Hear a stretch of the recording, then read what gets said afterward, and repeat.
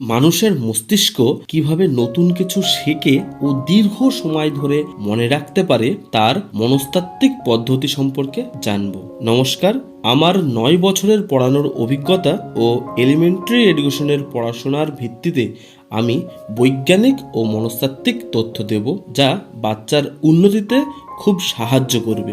প্রথম পদ্ধতি হলো trial and error theory. Human brain কোনো কিছু বারবার ভুলের থেকে চেষ্টার মাধ্যমে শেখে। তাই বাচ্চাদের পড়ানোর সময় তারা যদি একই জিনিস বারবার ভুল করে, তাদেরকে বকাবকি না করে বা সেটির উত্তর সহজে না দিয়ে বাচ্চাকেই সেটি করার জন্য এবং উত্তরটি খোঁজার জন্য উৎসাহিত করা যেতে পারে। এতে করে পরের বার তার এই ভুল করার প্রবণতা 80% কমে আসবেই। যেমন ধরা যায়, শিশুরা কথা বলা শেখার সময় কোনো উচ্চারণে যদি ভুল করে, তাকে আমরা বকাবকি করার থেকে তার এই ভুল উচ্চারণের জন্য যতটা উৎসাহিত করি এবং মজা পাই, এই ক্ষেত্রেও আমরা সেই বিষয়টি করার চেষ্টা করব। দ্বিতীয় পদ্ধতিটি হলো কংক্রিট টু অ্যাবস্ট্রাক্ট পদ্ধতি।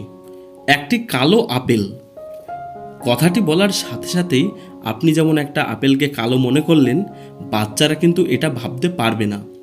তাই আমরা তাকে কংক্রিট, অর্থাৎ যে বাস্তবে জিনিসগুলো দেখতে পাচ্ছে তারা, সেই জিনিসগুলো থেকে আমরা অ্যাবস্ট্রাক্ট অর্থাৎ কাল্পনিক বস্তুর দিকে যাব।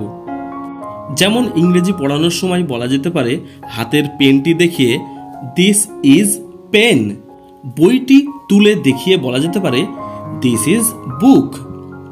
দূরের ঘড়িটিকে দেখিয়ে বলা যেতে পারে দ্যাট ইজ ক্লক। এইভাবে সে খুব সহজেই যেমন দিস দ্যাটের ব্যবহারটাও শিখে গেল এবং প্রত্যেকটি জিনিসকে চোখে দেখে তার নামগুলো আত্মস্থ করে নিতে পারল। এরপর তৃতীয় পদ্ধতিটি হলো রিইনফোর্সমেন্ট পদ্ধতি। এই রিইনফোর্সমেন্ট পদ্ধতি হলো উপহার দেওয়ার একটা পদ্ধতি। এখানে তাকে পুরস্কৃত করার মাধ্যমে উৎসাহিত করা যেতে পারে।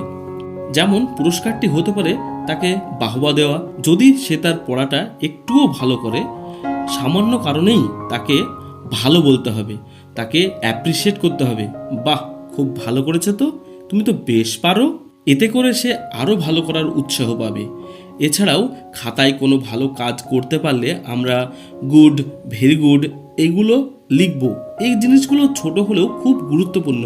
আর একটা পদ্ধতি হতে পারে, তাকে বলা যেতে পারে এক সপ্তাহে যদি তুমি 10টি বা 15টি ভেরি গুড পাও, তাহলে তাকে তার প্রিয় জিনিসটি দেওয়া যেতে পারে, বা সে যে জিনিসটা নেওয়ার জন্য বায়না ধরেছে সেটাও দেওয়া যেতে পারে। এইভাবে এগুলোকে নিজের মতন পরিবর্তন করে প্রয়োগ করা যেতে পারে। এই পদ্ধতিগুলি ছাড়াও activity based learning, play way method, storytelling, brainstorming, এমন অনেক পদ্ধতি সম্পর্কে আমরা পরবর্তী ভিডিওতে আলোচনা করতে থাকব। Thank you.